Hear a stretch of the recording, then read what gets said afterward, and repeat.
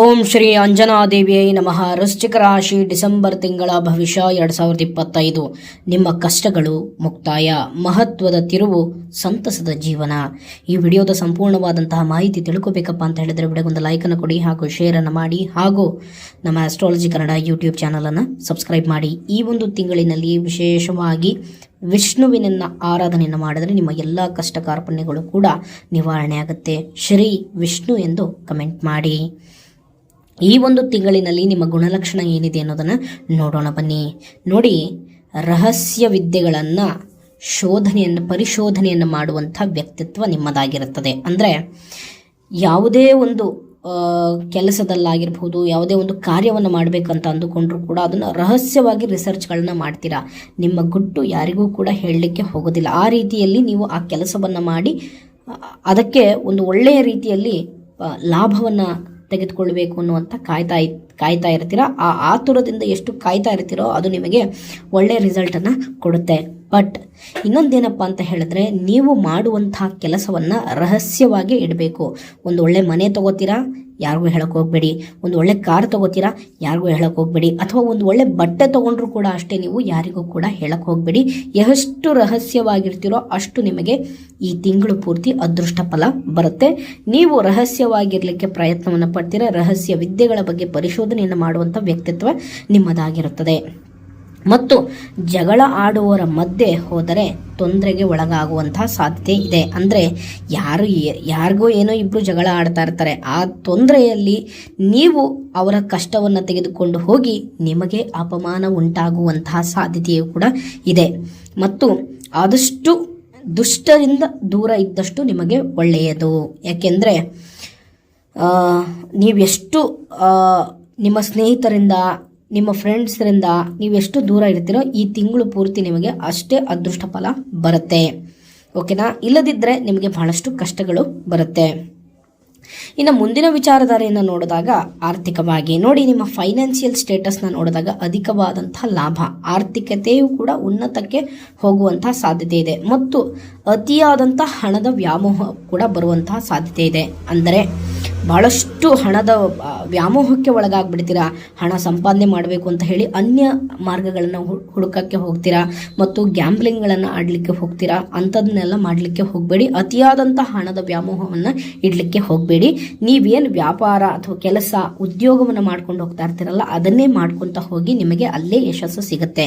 ನೀವು ಅಧಿಕವಾದಂತಹ ದುಡ್ಡು ಬರುತ್ತೆ ಅಥವಾ ಅಧಿಕವಾದಂತಹ ಮಟ್ಕ ಆಡ್ತೀನಿ ಅಂತ ಹೋಗಿ ನೀವು ಅತಿಯಾದಂತಹ ಹಣದ ವ್ಯಾಮೋಹಕ್ಕೆ ಒಳಗಾಗಬೇಡಿ. ಒಳಗಾದರೆ ಸ್ವಲ್ಪ ಕಷ್ಟಕರ ಈ ತಿಂಗಳು ಅನ್ನೋದು ಅಂಜನದ ಭವಿಷ್ಯದಲ್ಲಿ ಹೇಳ್ತಾ ಇರ್ತಕ್ಕಂಥದ್ದು.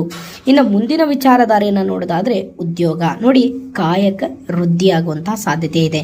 ನಿಮ್ಮ ಕೆಲಸದಲ್ಲಿ ಸಾಕಷ್ಟು ರೀತಿಯಾದಂತಹ ಲಾಭವಿದೆ. ಆದರೆ ನಿಮ್ಮ ಜೊತೆಯಲ್ಲಿರ್ತಕ್ಕಂಥವ್ರಿಗೆ ಅಥವಾ ನಿಮ್ಮ ಕಿರಿಯ ಸಹಾಯದಲ್ಲಿರ್ತಕ್ಕಂಥ ವ್ಯಕ್ತಿಗಳಿಗೆ ಸ್ವಲ್ಪ ಯಾವುದೋ ಒಂದು ಮಾತಿಗೆ ಬೆಳೆತಾ ಸ್ವಲ್ಪ ಕೆಟ್ಟ ಶಬ್ದಗಳನ್ನು ಬೈಯುವಂತಹ ಸಾಧ್ಯತೆಯೂ ಕೂಡ ಇದೆ. ಆದಷ್ಟು ಸ್ವಲ್ಪ ಜಾಗ್ರತೆಯಿಂದ ಇರಿ. ಮತ್ತು ನಿಮ್ಮ ಮೇಲೆ ಕಳ್ಳತನದ ಆರೋಪವನ್ನು ಹೊರಿಸಬೇಕು ಅಂತ ಕೂಡ ಕಾಯ್ತಾ ಇರ್ತಾರೆ. ಬಹಳಷ್ಟು ದ್ವೇಷಿಗಳು ಕೂಡ ಇರ್ತಾರೆ. ಆದಷ್ಟು ಎಚ್ಚರಿಕೆಯಿಂದ ಇರಿ. ಮತ್ತು ಸರ್ಕಾರಿ ನೌಕರರಿಗೆ ಈ ತಿಂಗಳು ಒಂದು ಮಟ್ಟಿಗೆ ಲಾಭಕರವೂ ಇದೆ, ಒಂದು ಮಧ್ಯಮದಲ್ಲಿ ಇದೆ ಸರ್ಕಾರಿ ನೌಕರಿಗೆ. ಇನ್ನು ಬಿಟ್ಟರೆ ಮುಂದೆ ಇರ್ತಕ್ಕಂಥ ಎಲ್ಲ ಕ್ಷೇತ್ರದಲ್ಲೂ ಕೆಲಸ ಮಾಡ್ತಾ ಇರ್ತಕ್ಕಂಥವ್ರಿಗೆ ಕಾಯಕದಲ್ಲಿ ವೃದ್ಧಿದೆ. ನಿಮ್ಮ ಕೆಲಸದಲ್ಲಿ ಯಾವುದೇ ರೀತಿಯಾದಂತಹ ತೊಂದರೆ, ಅಡ್ಡಿ, ಆತಂಕಗಳು ಇಲ್ಲ. ಇನ್ನು ಮುಂದಿನ ವಿಚಾರಧಾರೆಯನ್ನು ನೋಡೋಣ ಬನ್ನಿ. ಇನ್ನು ಉದ್ಯಮಿಗಳಿಗೆ, ವ್ಯಾಪಾರಸ್ಥರಿಗೆ, ಕೆಟ್ಟ ಕೆಲಸಗಳಿಗೆ ಬೋಧನೆಯಾಗಬಹುದು. ಅಂದರೆ ನೀವೇನು ತಪ್ಪುಗಳನ್ನು ಮಾಡಿದ್ರಿ, ನಿಮ್ಮ ವ್ಯಾಪಾರದಲ್ಲಿ ಏನು ಕೆಟ್ಟದನ್ನು ಮಾಡಿದ್ರಿ, ಅದರ ಬಗ್ಗೆ ನಿಮಗೆ ಸ್ವಲ್ಪ ಅರಿವಾಗುತ್ತೆ. ಇದರಿಂದನೇ ನನ್ನ ವ್ಯಾಪಾರ ನಷ್ಟ ಆಗ್ತಾ ಇರುತ್ತೆ ಅಂತ ನೀವು ಅಂದುಕೊಂಡಿರ್ತೀರ. ಆ ತಪ್ಪನ್ನು ನೀವು ತೆಗೆದುಕೊಳ್ತೀರಾ. ನಿಮ್ಮ ಏನೋ ಕೆಲವೊಂದು ಕೆಟ್ಟ ಕೆಲಸಗಳನ್ನು ಮಾಡ್ತಾ ಇರ್ತೀರಾ ನಿಮ್ಮ ವ್ಯಾಪಾರಕ್ಕೆ ಸಂಬಂಧಪಟ್ಟಂಗೆ, ಅಥವಾ ಕೆಟ್ಟ ಡಿಸಿಷನ್ಸ್ಗಳನ್ನು ತಗೋತಾ ಇರ್ತೀರಾ ನಿಮ್ಮ ವ್ಯಾಪಾರಕ್ಕೆ ಸಂಬಂಧಪಟ್ಟಂಗೆ. ಆ ಕೆಟ್ಟ ಬೋಧನೆಯು ನಿಮಗೆ ಒಂದು ಒಳ್ಳೆ ಜೀವನದ ಪಾಠವನ್ನು ಕಲಿಸುವಂತಹ ಸಾಧ್ಯತೆಯೂ ಕೂಡ ಇದೆ. ಅದಕ್ಕೆ ನಾನು ಮಹತ್ವದ ತಿರುವು, ಸಂತಸದ ಜೀವನ ಅಂತ ಹೇಳಿದ್ದು. ಅಂದರೆ ನಿಮ್ಮ ಕಷ್ಟಗಳೆಲ್ಲ ಮುಕ್ತಾಯವಾಗುತ್ತದೆ. ನಿಮ್ಮ ವ್ಯಾಪಾರದಲ್ಲಿ ಏನೇನು ಕಷ್ಟಗಳು ಬಂದಿತ್ತಲ್ಲ ಆ ಕಷ್ಟಗಳೆಲ್ಲವೂ ಕೂಡ ನಿವಾರಣೆ ಆಗುತ್ತೆ. ಬೆಳ್ಳಿ ಹಾಗೂ ಬಂಗಾರದ ವ್ಯಾಪಾರಸ್ಥರಿಗೆ, ರೇಷ್ಮೆ ವ್ಯಾಪಾರಸ್ಥರಿಗೆ ಮತ್ತು ಇಂಜಿನಿಯರಿಂಗ್ ಸಂಬಂಧಪಟ್ಟಂತಹ ಕೆಲವೊಂದು ವ್ಯಾಪಾರವನ್ನು ಮಾಡುವಂಥವರಿಗೆ, ಅದರ ಉಪಕರಣಗಳನ್ನು ಮಾರಾಟ ಮಾಡುವವರಿಗಾಗಿರ್ಬೋದು ಅಥವಾ ಕೊಂಡುಕೊಳ್ಳೋರಿಗಾಗಿರ್ಬೋದು, ಅಥವಾ ಈ ಷೇರು ಮಾರುಕಟ್ಟೆಗೆ ಸಂಬಂಧಪಟ್ಟಂತಹ ಕೆಲವು ವ್ಯಾಪಾರಸ್ಥರಿಗೆ ನಿಮ್ಮ ಕಷ್ಟಗಳೆಲ್ಲ ಮುಕ್ತಿಯಾಗಿ ಹೊಸ ಜೀವನವನ್ನು ಮಾಡುವಂತಹ ಸಾಧ್ಯತೆಯು ಕೂಡ ಇದೆ ಅನ್ನೋದನ್ನು ಇಲ್ಲಿ ಫಲಾನುಫಲಗಳು ಹೇಳ್ತಾ ಇರ್ತಕ್ಕಂಥದ್ದು.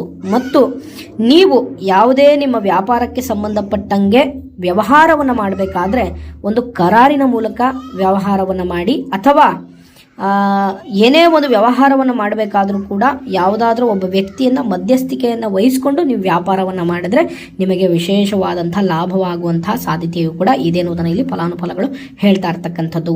ಆದಷ್ಟು ನಿಮ್ಮ ವ್ಯಾಪಾರದಲ್ಲಿ ಎಚ್ಚರಿಕೆಯಿಂದ ಇರಬೇಕು. ಎಚ್ಚರಿಕೆಯಿಂದ ಇರಲಿಲ್ಲ ಅಂದರೆ ಅದೇ ತಪ್ಪುಗಳನ್ನು ಮಾಡ್ತಾನೆ ಹೋಗ್ತೀರಾ.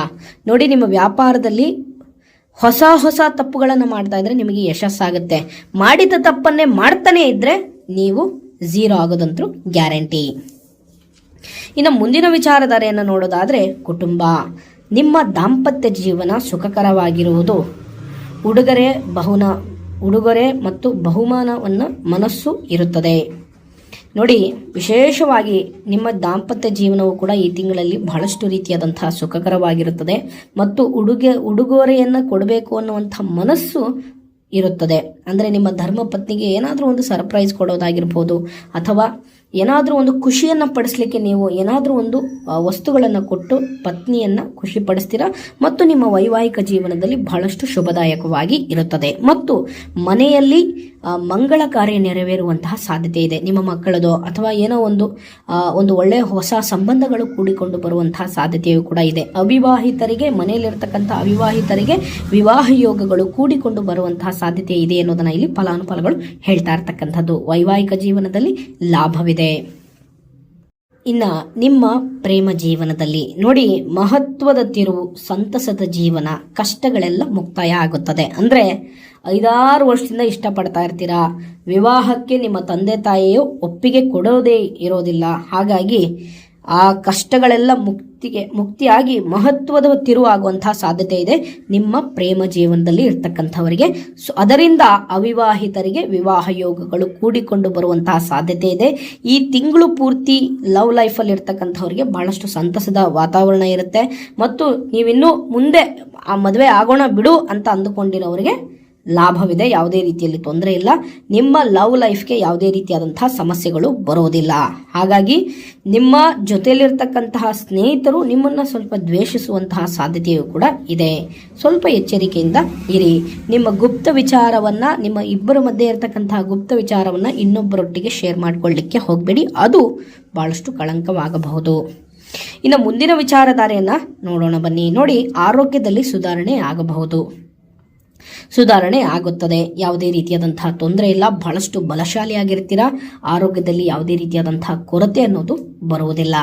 ಇನ್ನು ವಿದ್ಯಾರ್ಥಿಗಳಿಗೆ ವಿದ್ಯಾಭ್ಯಾಸದಲ್ಲಿ ನೋಡಿ, ದುಷ್ಟರ ಸಹವಾಸವನ್ನು ಮಾಡಬೇಡಿ. ಯಾಕೆಂದರೆ ನೀವೇನೋ ಒಂದು ಒಳ್ಳೆ IAS ಆಗಬೇಕು ಅಥವಾ IPS ಆಗಬೇಕು ಅಥವಾ ಏನೋ ಒಂದು ದೊಡ್ಡ ಕನಸುಗಳನ್ನು ಕಟ್ಟಿಕೊಂಡು ಬಂದಿರ್ತೀರಾ. ಓಕೆನಾ? ನಿಮ್ಮ ಜೊತೆಯಲ್ಲಿರ್ತಕ್ಕಂತಹ ದುಷ್ಟರ ಸಹವಾಸದಿಂದ ನಿಮ್ಮ ಭವಿಷ್ಯವನ್ನು ಹಾಳು ಮಾಡ್ಕೊಳ್ಳಿಕ್ಕೆ ಹೋಗಬೇಡಿ. ಹಾಗಾಗಿ ಈ ತಿಂಗಳಲ್ಲಿ ಸ್ವಲ್ಪ ದುಷ್ಟರ ಸಹವಾಸವನ್ನು ಮಾಡಲಿಕ್ಕೆ ಹೋಗಬೇಡಿ. ನಿಮ್ಮ ಶಿಕ್ಷಣದ ಮೇಲೆ ನೀವು ಆದಷ್ಟು ಗಮನವನ್ನು ವಹಿಸುವುದು ಉತ್ತಮ ಅನ್ನೋದನ್ನು ಇಲ್ಲಿ ಫಲಾನುಫಲಗಳು ಹೇಳ್ತಾ ಇರ್ತಕ್ಕಂಥದ್ದು.